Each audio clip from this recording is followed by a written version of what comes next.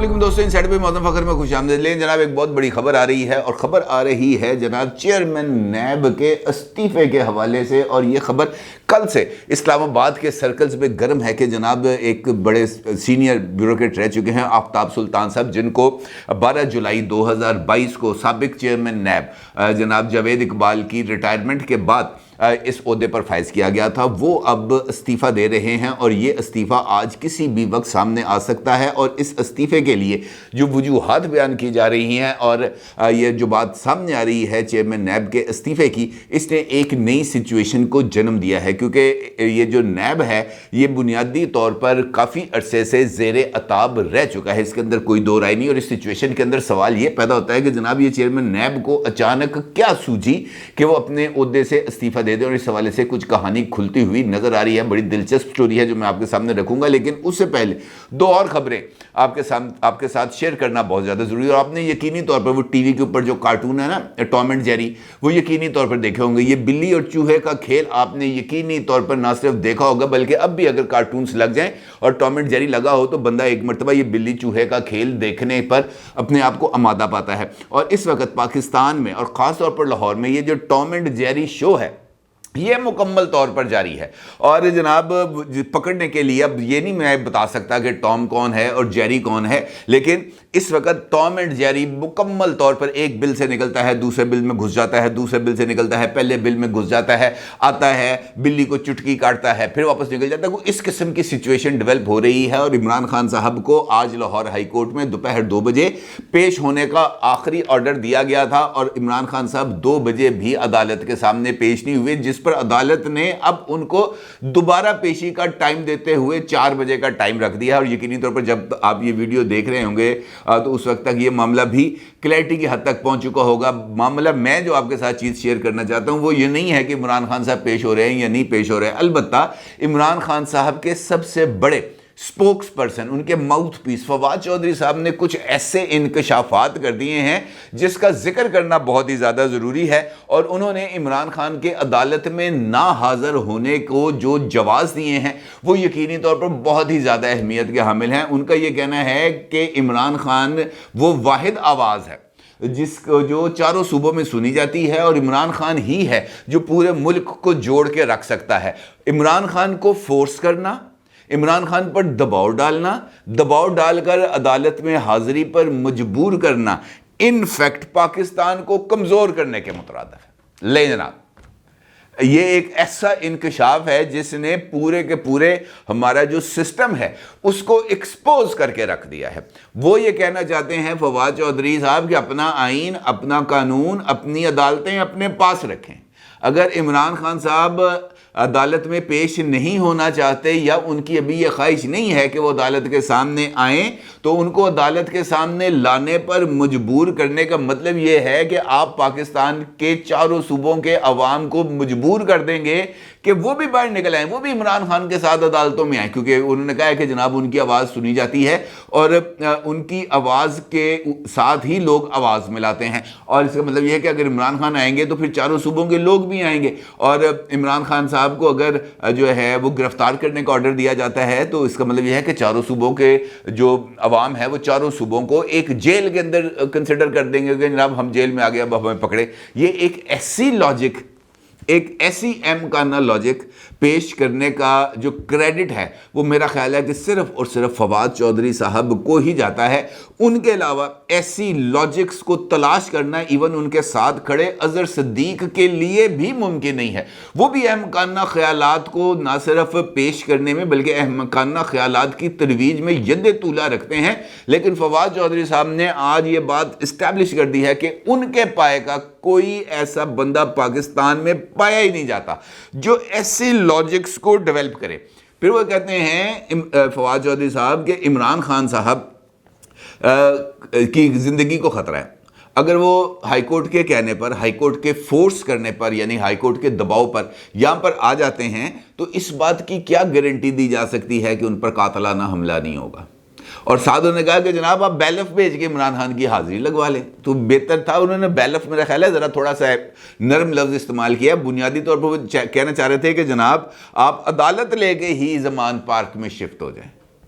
عدالت اپنا عملہ اٹھائے، ساتھ وہاں پر جائے اور عمران خان صاحب کے وہ ڈرائنگ روم جہاں پر وہ بیٹھتے ہیں، لال سی کرسی پر ٹانگ انہوں نے رکھی ہوتی ہے ایک کشن پر، وہ ویسے ہی بیٹھیں گے، عدالت لگی ہوگی، وہ ان کی حاضری لگائیں اور واپس آ جائیں، ختم ہو گئے، عمران خان صاحب کو جو ہے وہ ضمانت دے دیں۔ یہی میں نے ہاتھ جوڑ کے پچھلی ویڈیو میں بھی آپ سے یہی گزارش کی تھی کہ جناب خان صاحب نے نہیں آنا، آپ کی مہربانی ہے، آپ نے ان کو ضمانت دینی ہے، آپ ان کو ضمانت دے دیں۔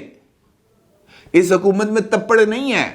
کہ وہ اس بندے کو پکڑ سکے، یا قانون میں اتنا تپڑ نہیں ہے کہ عمران خان کو لا سکے قانون کے کٹہرے میں، نہیں ہے، لہٰذا اس کام کو چھوڑ دینا چاہیے۔ البتہ عمران خان صاحب کے اندر یہ تپڑ موجود ہے کہ وہ جس کو بھی چاہیں اس کے اوپر جھوٹ، بہتان، الزام کچھ بھی عائد کر سکتے ہیں۔ اور ابھی ریسنٹلی عمران خان صاحب کی طرف سے آج صبح ایک خط تحریر کیا گیا ہے اور وہ خط بھیج دیا گیا ہے پاکستان کے صدر کو، یعنی ریاست پاکستان کے سب سے بڑے آئینی عہدیدار کو مخاطب کرتے ہوئے عمران خان صاحب نے ان سے مطالبہ کیا ہے کہ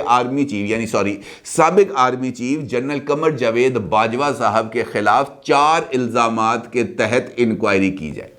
اور ان کا یہ کہنا ہے کہ جناب یہ انکوائری آپ انیشیٹ کرنے کا آرڈر پاس کریں، کیونکہ آپ سپریم کمانڈر بھی ہیں پاکستان کے دستور کے مطابق پاکستان کی افواج کے، لہٰذا یہ آپ کی ذمہ داری بنتی ہے۔ اور جو 4 الزامات انہوں نے عائد کیے ہیں جنرل باجوہ صاحب کے اوپر، وہ الزامات میں اب آپ کی خدمت میں پیش کرنا چاہتا ہوں، کیونکہ یہ الزامات، اور پھر ذرا اس کے اوپر تھوڑا سا تبصرہ بہت زیادہ ضروری ہے۔ انہوں نے جاوید چودھری صاحب کے کالم کو جو ہے اس کو بنیاد بنایا عمران خان صاحب نے، اور انہوں نے کہا کہ جاوید چودھری صاحب نے اپنے کالم کے اندر اس بات کا انکشاف کیا کہ جنرل باجوہ نے ان کو بتایا کہ عمران خان کا مزید اقتدار میں رہنا ملک کے لیے خطرناک ہو سکتا تھا، لہٰذا ہم نے یہ فیصلہ کیا کہ ہم نے اب اس حکومت کا ساتھ نہیں دینا۔ تو انہوں نے عمران خان صاحب نے یہ سوال پوچھا کہ جنرل باجوہ صاحب کو یہ بات کس نے بتائی اور کیسے وہ اس نتیجے پر پہنچے کہ حکومت جو ہے، یعنی عمران خان صاحب، وہ اس ملک کے لیے خطرے ناک ہو چکے ہیں۔ خطرے ناک کا لفظ میں نے جان بوجھ کے استعمال کیا، خطرے ناک ہو چکے ہیں۔ اور یہ ہم کون ہیں؟ جنرل باجوہ تو ایک انڈیویجول ہیں، انہوں نے لفظ ہم استعمال کیا، تو اس کا مطلب یہ ہے کہ اس فیصلے کے اندر کچھ اور لوگ بھی موجود تھے، کچھ اور اصحاب بھی موجود تھے۔ جنرل باجوہ سے پوچھا جائے نمبر 1 کہ ان کو یہ بات کیسے پتہ چلی کہ عمران خان خطرناک ہے ملک کے لیے، اور وہ جن لوگوں نے فیصلہ کیا وہ لوگ کون ہیں، اور یہ جو ذمہ داری ہم پر عائد کی گئی ہے، یعنی ہم نے یہ فیصلہ کیا، تو یہ پوچھا جائے کہ ان کو یہ اختیار کس نے دیا، کیونکہ دستور پاکستان میں کسی بھی حکومت کو اقتدار میں لانا یا اقتدار سے نکالنا پاکستان کے عوام کا حق ہے۔ ہم کا لفظ اس کے اندر نہیں آتا، ہم کو اس طرح کا کوئی اختیار حاصل نہیں ہے۔ دوسرا، انہوں نے کہا کہ اسی کالم میں جنرل باجوہ صاحب نے اس بات کا اعتراف کیا کہ انہوں نے شوکت ترین صاحب کو، جو کہ سابق وفاقی وزیر خزانہ ہیں، ان کو جو ہے وہ نیب کے کیس سے بچانے کے لیے انہوں نے اثر و رسوخ استعمال کیا، اور اس وقت کے D G I S I lieutenant general Faiz Hameed صاحب کو ہدایت کی کہ جناب یہ والا کیس ختم کراؤ شوکت ترین پر، تاکہ ہم نے یہ جو ہے فیٹف وغیرہ کے جو معاملات ہیں ہم اس سے باہر نکل سکیں اور آئی ایم ایف کے ساتھ ہم کسی اگریمنٹ پر پہنچ سکیں۔ عمران خان صاحب نے کہا کہ جناب جنرل باجوہ صاحب نے کس اتھارٹی کے تحت جو ہے وہ نیب پر اثر انداز ہوئے، اور جنرل باجوہ صاحب جس محکمے کے سربراہ ہیں وہ وزارت دفاع کا ایک ماتحت محکمہ ہے، اور ایک ماتحت محکمے کو ایک خود مختار اور آزاد احتساب کے ادارے پر، جو ایک آئینی ادارہ ہے، اس پر اثر انداز ہونے کے لیے انہوں نے کس اختیار کا استعمال کیا، کیونکہ دستور پاکستان ان کو کسی بھی آئینی ادارے پر اثر انداز ہونے کا اختیار نہیں دیتا۔ تیسرا الزام انہوں نے یہ لگایا کہ جناب آفتاب اقبال صاحب نے کچھ دن پہلے ایک ویلاگ کیا تھا، اور اس ویلاگ کے اندر انہوں نے اس بات کا اعتراف کیا تھا کہ جنرل باجوہ صاحب نے خود آفتاب اقبال صاحب کو کال کی، اور گفتگو کے دوران انہوں نے آفتاب اقبال صاحب کو بتایا کہ ان کے پاس عمران خان صاحب کی بے شمار ریکارڈنگز موجود ہیں، اور عمران خان صاحب اگر باز نہ آئے تو وہ یہ تمام کی تمام آڈیوز کو پبلک کر دیں گے۔ تو عمران خان صاحب نے یہ سوال پوچھا کہ ایک سرکاری ملازم کو یہ اختیار کیسے ملتا ہے کہ وہ ایک منتخب وزیر اعظم کے ساتھ ہونے والی گفتگو کو ریکارڈ کرے، اور یہ ریکارڈنگز کرنا آفیشیل سیکرٹ ایکٹ اور سپریم کورٹ آف پاکستان کے اور مختلف اداروں کی طرف سے دیے جانے والے فیصلوں کے منافی ہے، اور یہ جو حقوق دیتا ہے ایک عام شہری کو پاکستان کا دستور پاکستان، تو یہ اس کے بھی منافی ہے، لہٰذا اس شک کے تحت بھی ان کے اوپر کارروائی کی جائے۔ چوتھا نقطہ انہوں نے یہ بتایا کہ جب یوکرین اور رشیا کی جنگ سے پہلے عمران خان صاحب گئے تھے تو رشیا، تو وہاں پر رشیا کے دورے سے پہلے انہوں نے تمام سٹیک ہولڈرز کو اعتماد میں لیا تھا، اور عمران خان صاحب کے روس پہنچنے کے اگلے دن ہی روس نے حملہ کر دیا تھا یوکرین پر۔ عمران خان صاحب کا کہنا ہے کہ اس وقت کی حکومت، یعنی عمران خان صاحب کی حکومت نے یہ فیصلہ کیا تھا کہ انہیں روس اور یوکرین کی جنگ میں کسی فریق کا ساتھ نہیں دینا اور نیوٹرل رہنا ہے، اور اس فیصلے کے بارے میں تمام سٹیک ہولڈرز بشمول جنرل باجوہ صاحب کو بھی آگاہ کر دیا گیا تھا، لیکن حکومت کی سٹیٹڈ پالیسی کے برخلاف جنرل باجوہ صاحب نے 2 اپریل کو ایک سیکیورٹی سیمینار سے خطاب کرتے ہوئے یوکرین پر روس کے حملے کی مذمت کر دی، جو ریاست پاکستان اور حکومت پاکستان کی طرف سے طے کردہ پالیسی سے انحراف ہے۔ ان سے کہا گیا ہے کہ جناب یہ والا سوال بھی ان سے پوچھیں کہ انہوں نے کس کیپیسٹی میں حکومت کی سٹیٹڈ پالیسی سے انحراف کرتے ہوئے یہ کام کیا۔ اگر دیکھا جائے تو عمران خان صاحب کے، میں بالکل غیر جانبداری کے ساتھ اور بالکل نیوٹرل، کہ عمران خان صاحب کے چاروں سوال بڑے ویلڈ ہیں، اس کے اندر کوئی دو رائے نہیں کہ انہوں نے حقیقی آئینی پوزیشن کو واضح کیا، لیکن میرا یہ خیال ہے کہ اگر آپ اس کا دائرہ کار 2018 کے ہونے والے انتخابات تک بڑھا دیں تو زیادہ بہتر ہو جائے گا، ان ملاقاتوں تک بھی بڑھا دیں جو جنرل باجوہ صاحب کی عمران خان صاحب سے ہوئیں، ان ملاقاتوں تک بھی بڑھا دیں جہاں پر عمران خان صاحب نے خود اس بات کا بھی انکشاف کیا ہوا ہے کہ ان کو بریفنگز دی جاتی رہی تھیں، ان کو فائلیں دکھائی جاتی تھیں شریف فیملی کی کرپشن کے حوالے سے، زرداری فیملی کی کرپشن کے حوالے سے۔ انہوں نے کہا وہ فائلیں میں نے خود دیکھی ہیں اور اسی لیے میں ان لوگوں کو چور اور ڈاکو اور کرپٹ اور منی لانڈرر کہتا ہوں۔ تو وہ بھی پوچھا جائے کہ جناب وہ فائلیں کدھر گئیں جو آپ کو دکھائی تھیں، وہ کس کس نے دکھائی تھیں اور ان فائلوں کا اب تک کیا پہنچا، آر ٹی ایس کیسے بیٹھا، آر ٹی ایس بیٹھنے سے فیض یاب کون ہوا، اور اس کے بعد عمران خان صاحب کے دور کے اندر ہر ایک کام آرمی چیف اس وقت کے اور اس وقت کے ڈی جی آئی ایس آئی نے کیا، تو وہ انہوں نے عمران خان صاحب کے کن احکامات اور کس آئین کے تحت دیے جانے والے احکامات کے تحت کیا۔ اصولی طور پر عمران خان صاحب نے جو باتیں کی ہیں وہ درست ہے، اس کے اندر کوئی دو رائے نہیں، اور اگر صدر صاحب یہ انکوائری انیشیٹ کر دیں گے تو یہ بھی درست ہے، لیکن پھر یہاں پر میرا ایک سوال ہے۔ انکوائری ہونی چاہیے، بالکل ہونی چاہیے، سوال ہے اور بہت اہم سوال ہے کہ یہ مطالبہ اب کیوں کیا گیا، یہ مطالبہ اس موقع پر کیوں کیا گیا جب عمران خان صاحب نے آج سے چند روز پہلے ایک گفتگو میں خود اس بات کا اعتراف کیا کہ جناب تالی دونوں ہاتھوں سے بجتی ہے، میں آرمی چیف سے ملنا چاہتا ہوں لیکن وہ مجھ سے مل نہیں رہے، یعنی میں نے ہاتھ بڑھایا ہوا دوسری طرف سے ہاتھ نہیں بڑھا۔ اور پھر اسی کی کنٹینیوٹی میں فواد چودھری صاحب نے محمد مالک صاحب کے شو میں اس بات کا بھی اعتراف کیا کہ ہم تو ملنا چاہتے ہیں، اب دوسرا نہیں ملنا چاہتا تو کیا ہم ان کے دفتر کے باہر چھونی ڈال کے بیٹھ جائیں، ہم ان کے دفتر کے باہر جا کے بیٹھ جائیں کہ جناب آپ کی بڑی مہربانی ہے ہم سے ملیں۔ اس بات کا مطلب یہ ہے کہ ان کی اس وقت یہ خواہش ہے کہ موجودہ اسٹیبلشمنٹ کو کسی نہ کسی طریقے سے دباؤ میں لایا جائے، اور جس انٹرویو کا میں آپ کے ساتھ ذکر کر رہا ہوں فواد چودھری کا محمد مالک صاحب کے ساتھ، اس کے اندر فواد چودھری صاحب نے اس بات کا اعتراف کیا کہ جناب صدر صاحب کو دوبارہ جو ہے وہ کوشش کرنی چاہیے جنرل عاصم منیر صاحب کی عمران خان صاحب کے ساتھ ملاقات کی، جو نہیں ہو رہی۔ عمران خان نے ہاتھ بڑھایا ہوا، دوسری طرف سے ہاتھ نہیں بڑھ رہا، تالی کے لیے ایک ہاتھ موجود ہے دوسرا ہاتھ نہیں ہے، تو اب دوسرے ہاتھ کو مجبور کرنا ضروری ہے،